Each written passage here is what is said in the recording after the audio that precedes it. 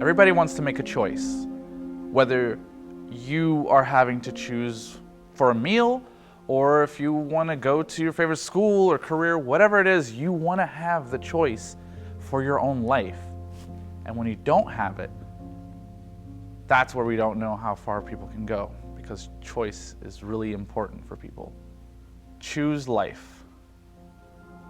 I call heaven and earth as witnesses today against you, that I have set before you life and death, blessing and cursing. Therefore, choose life, that both you and your descendants may live. So, the title, Choose Life, and we've been studying Deuteronomy. So how does this title, right? How is this important? How are we choosing between life and death when we're studying Deuteronomy?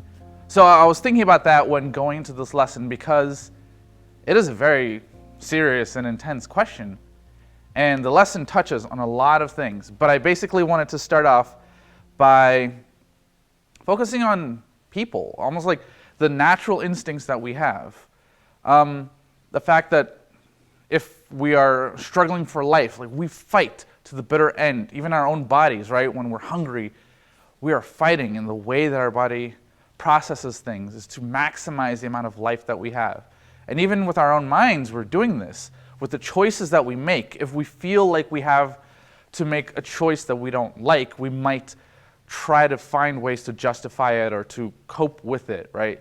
Like losing people or breakups, all those things, we are trying to find ways to cope and to move on and to keep us going.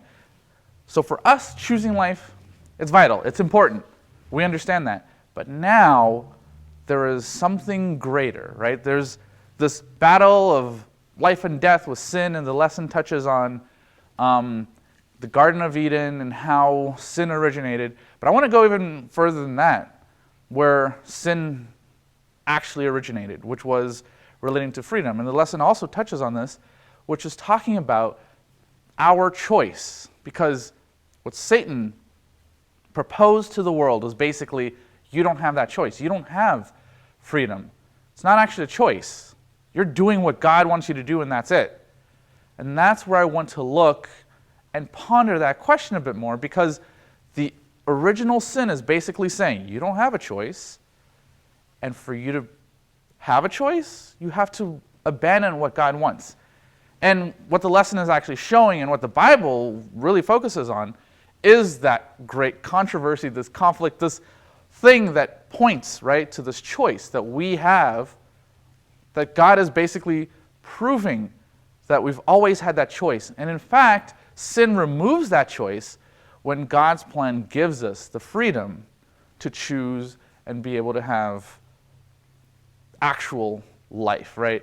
And so the lesson is touching on this, and I wanted to read a quote real quick that says, "It seems so obvious what the correct choice would be, doesn't it? And yet we know what happened. The great controversy was as real then as it is now, and we should learn from Israel's example what can happen if we don't give ourselves wholly to the Lord and choose life and all that this choice entails." So Israel, they were this beacon, right? They were representing the truth to the world, but they kept looking around and seeing the world's choices, and they wanted the same thing. To the point that they chose a king when God never intended that, right? They wanted to have a king. So even though God chose for them and presented and said, hey, this is your choice, but then David came in, right? God was showing a better path, but it wasn't his original plan. Israel kept doing that. They kept bringing in other idols. God was the true God. The lesson touches on this, that they had the actual God that was showing them everything, and they were different inside this world, right, with all these differing opinions, but they were the truth, that beacon, that firm foundation of where they should go. But they didn't follow through with that. So it's tough to see, right? But I wanted to think about that a little bit. Why do we choose sin? Why do we keep going to what is wrong? To me, what's interesting, I was looking at Wednesday's lesson and thinking about this. The New Year's is approaching. We're about to have New Year's resolutions, right? So the new year will make us all want to do things better. And statistically, they've noticed that roughly after 3 months, only 10% of people say that they'll probably commit to their resolutions and will actually be able to continue. So that means 90% just give up and can't do it. Why is that? Why is it that we know what's right, we know what we should do, it seems easy, but we just can't do it? What is it about us that makes us always gravitate and do something else, right? And lesson touches on the fact that it is easy and it's simple what we should do, but somehow we do not commit. It's difficult for us. And touching back on that idea of sin and this idea of life where naturally we want to survive and what our body naturally does. It's like sin for us can and does become this addiction that we need to cope with the fact that we're in sin so we can keep moving forward. And that's why so many addictions and problems can get us to be trapped, right? So if we're seeing it from that lens, because it does differ quite a bit, but just seeing it from that point of view, it's fascinating that we might be stuck because of the thing we hated in the first place. Almost like relationships, if we are in a relationship that we hate, but we don't want to either be single or to feel like we made the wrong choice, or even in marriage, just whatever it is, we find something to justify why we should do what we're doing. To say, no, this is why it's right. Yet with God, he's showing this alternative, right? Which is, he is pointing to the truth. This is what you should do. Follow it. Do it this way. And the Bible as a whole is supposed to be that, right?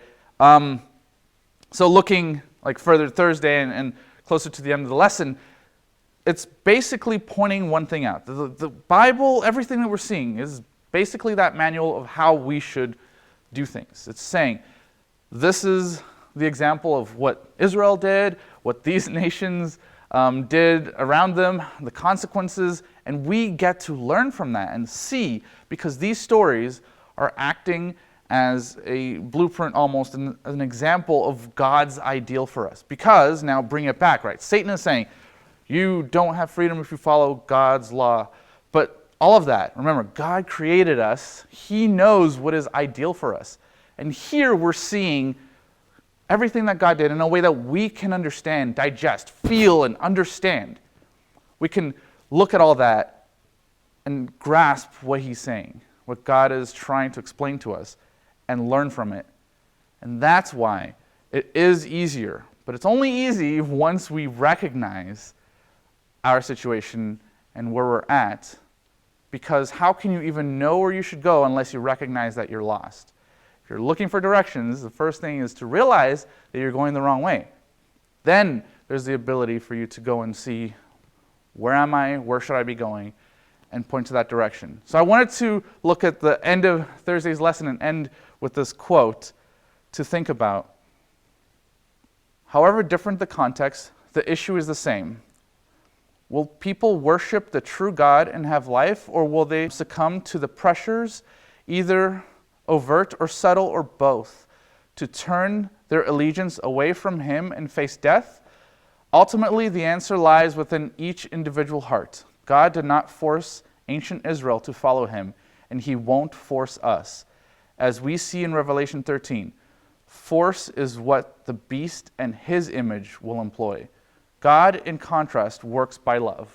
So like I said earlier, the freedom and the actual choice is when we choose God, because that is how it helps us. That is what will actually be the ideal, because God knows us and he knows what's best. But even then, he's not going to force us, because that, through love, if you force love, it's not going to be the same, right?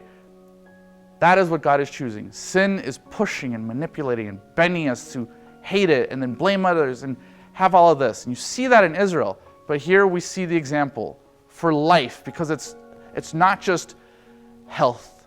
It is deeper. It is way deeper, because what we're feeling inside will affect our health and other things. And so beyond that, with our salvation, choosing life means choosing between one lie that led to all these other problems, or the original plan that God always had for us, which is that example. And the torch is passed over to us that Israel had, and now it's our choice. So what are you going to choose? God's path or a path that is unknown that leads to death?